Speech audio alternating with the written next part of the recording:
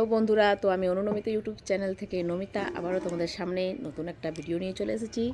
আর সেটা হচ্ছে তোমাদের সামনে আমি একটা আমার বিবাহিত জীবনের মানে কিছু কেন আমি তাড়াতাড়ি বিয়ে করলাম সেটা নিয়ে একটা ভিডিও ছেড়েছিলাম।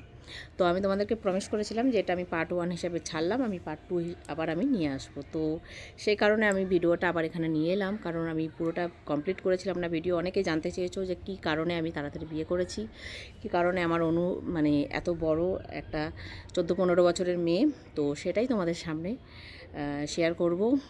যেটা আমি প্রথমেই বলে দিয়েছিলাম যে দেখো, যারা আমার এই ভিডিওটা ফলো করেছে তারা অবশ্যই জানবে, যারা করোনি তারা অবশ্যই পার্ট 1টা দেখে নাও আমার এত তাড়াতাড়ি বিয়ের কারণটা কী।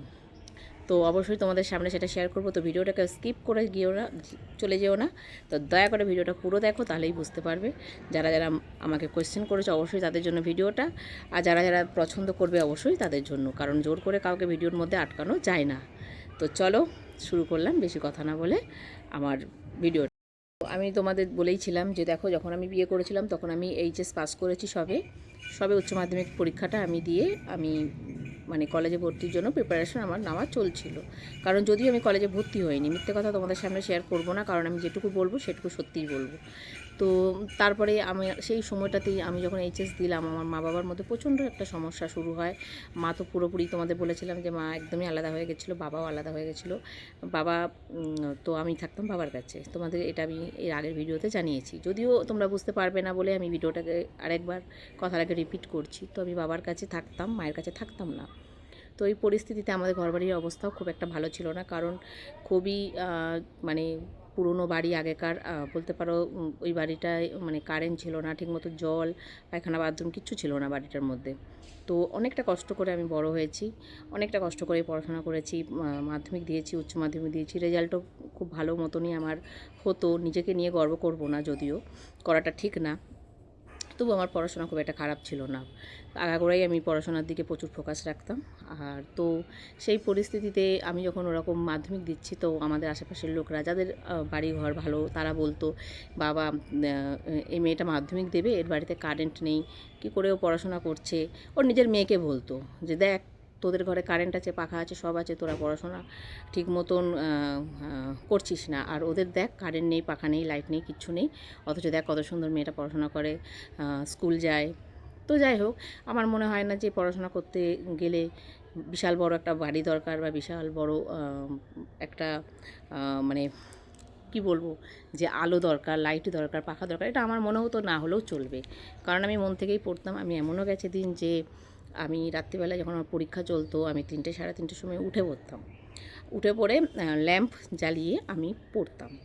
তো মা জিজ্ঞাসা করতো বারবার, এত রাত্রে উঠছিস কেন? আমি বলতাম না, আমার কালকে সকালে পরীক্ষা। তো ঘরে যেহেতু আলোর ব্যবস্থা ছিল না, তো আমি ল্যাম্প জ্বালিয়ে পড়াশোনা করতাম ঘরের মেঝেতে বসে। তো ছোট্ট ঘর, আমরা তোমরা সবাই জানো যে আমাদের 4 ভাই বোন আর মা বাবা। ঠাকুমা আমাদের সাথে থাকতেন না, উনি দেশের বাড়িতেই থাকতেন, মাঝে মধ্যে আসতেন, তো উনি আমাদের কাছে কমই থাকতেন। তো যাই হোক, তো এইভাবে আমার আস্তে আস্তে করে আমার বড় হওয়া, তো সবই ঠিকঠাক চলছিল। আমি যখন উচ্চ মাধ্যমিক দিলাম, হঠাৎ করে আমার মা এর সাথে বাবার এতই ঝামেলা যে মা একদমই, মানে কি বলবো তোমাদের, যে মা একদম আলাদা হয়ে গেল। আলাদা বলতে একই জায়গায় থাকলো, বাট মানে রয়েছি আমরা একই জায়গায়। আমার বাড়ি বেলুড়ে, যারা যারা জানো। তো কলকাতা, কলকাতা বললে হয়তো সবাই চিনবে, বেলুড়টাকে কেউ চিনবে না। তো যাই হোক, তো ওখানেই আমার মা থাকতো, তবে আধা ঘন্টা রাস্তা দূরে একটা বাড়ি ভাড়া নেয়, আর সেখানে মা আমার ভাই বোনদের নিয়ে চলে যায়। তো আমি মা বাবার সাথে থাকতাম। ঘর বাড়ি যেহেতু ভালো ছিল না, আমি তোমাদের এর আগেও বলছি যে বাড়িঘর একদমই ভালো নয়, জানলা দরজা ঠিক নেই। তো আমি ওই অবস্থায় একা একা অনেক রাত অবধি শুয়ে থাকতাম। বাবা অনেকটা রাত করে বাড়ি আসতেন, আর এটা 3টে। তো আমি কখন যে ভয় পেতে পেতে ঘুমিয়ে পড়েছি নিজেও জানি না। সকালে উঠে দেখতাম যে বাবা শুয়ে আছে, মানে বাবা এসে গেছেন। উনি বাইরে থেকেই খাওয়া দাওয়া করতেন, কারণ আমি তো রান্নাবান্না পারবো না। আমিও কিছু বাইরে থেকে কিনে খেয়ে নিতাম। এই করে আমাদের দিনগুলো কাটছিল। তো ভালো লাগছিল না, একটা বোরিং লাগছিল। এখনকার ছেলেমেয়েরা তো ফোন দেখছে, টিভি দেখছে, মানে বাড়িতে বসেই তাদের সময়টা কেটে যাচ্ছে। কিন্তু আমার লাইফটা অন্যরকম ছিল। কারণ আমি ইউটিউবে প্ল্যাটফর্মে বসে এক চুলো মিথ্যে কথা বলব না। যারা আমার রিলেটিভ তারাও যদি ভিডিওটা দেখে আমার কিচ্ছু যায় আসে না। আর আমার মা-বাবা তারাও যদি দেখে ভিডিওটা আমার কিচ্ছু যায় আসে না। কারণ আমি ভিডিওর মধ্যে যেটুকু বলব সত্যিটাই বলব। সে কারণে আমি বুক ফুলিয়ে আমি কথাগুলো বলতে পারছি।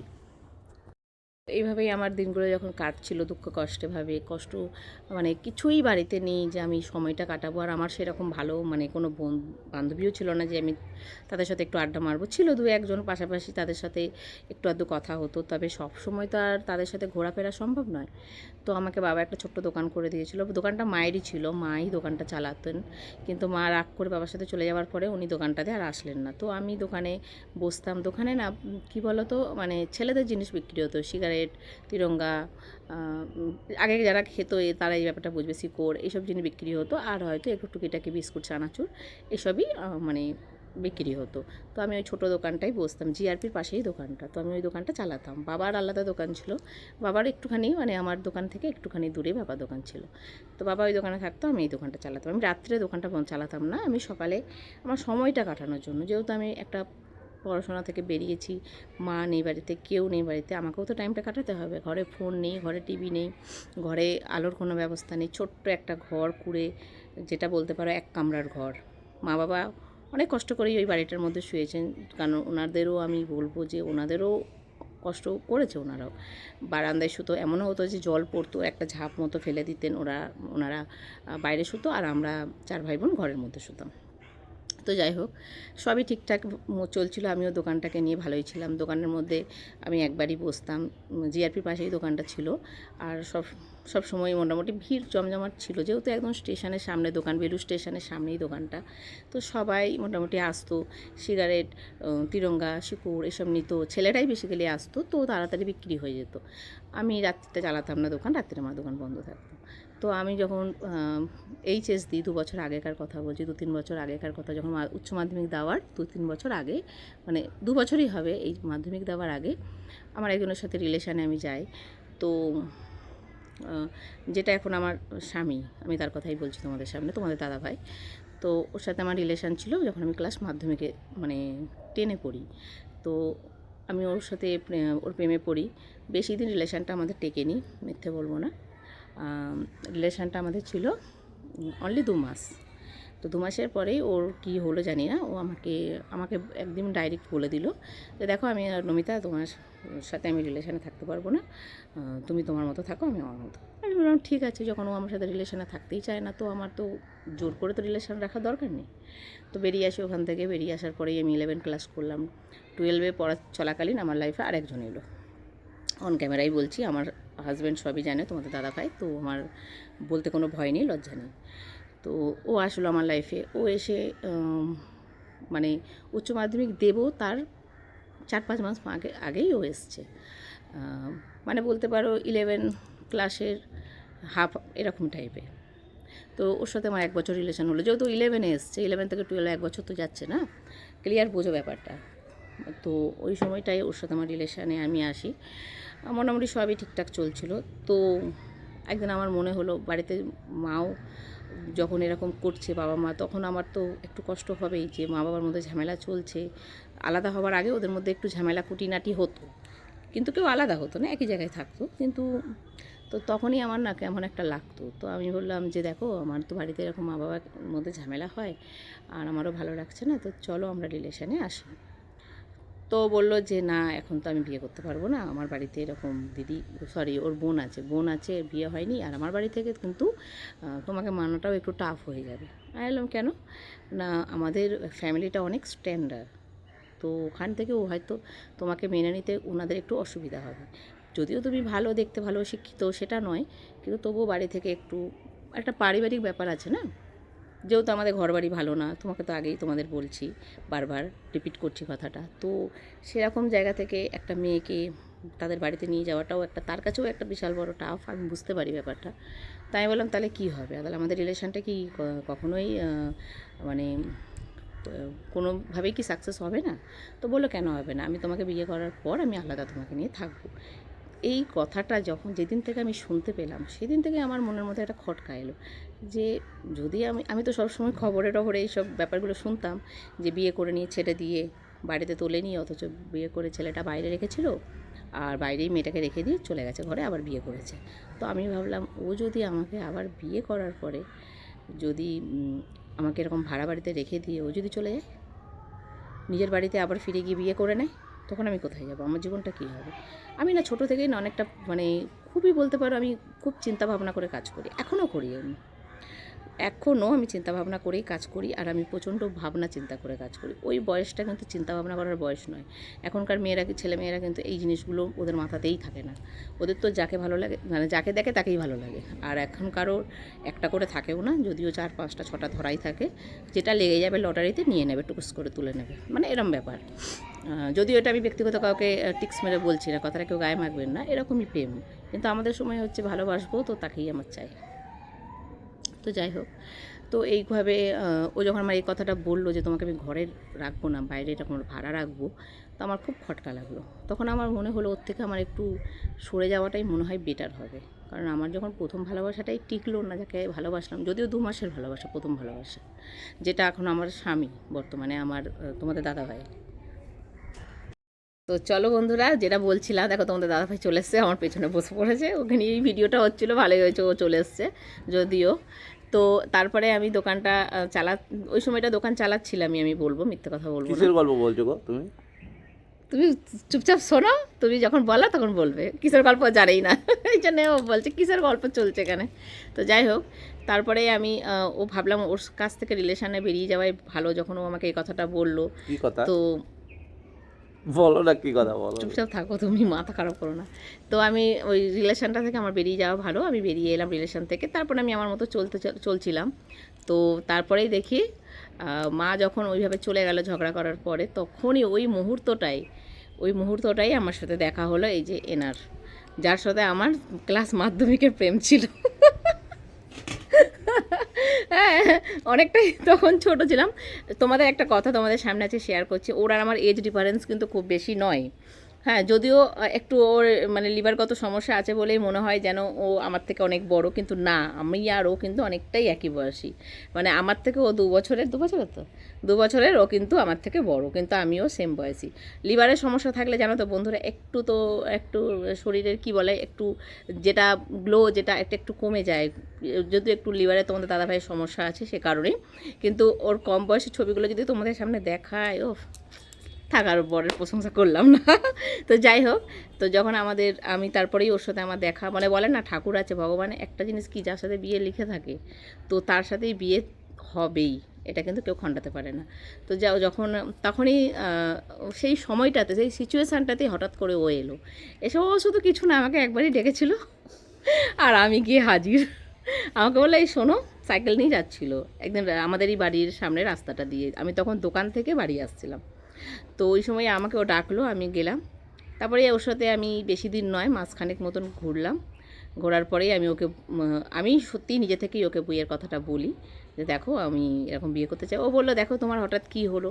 আমি বলছি না, আমি এখনই করব। তো ও কিন্তু আমাকে ফেরায়নি, আমি জানি না কেন, ও কিন্তু ফেরাতে পারলো না। আমরা কিন্তু সেই সময় ও ডিসিশান নিল, তাহলে ঠিক আছে।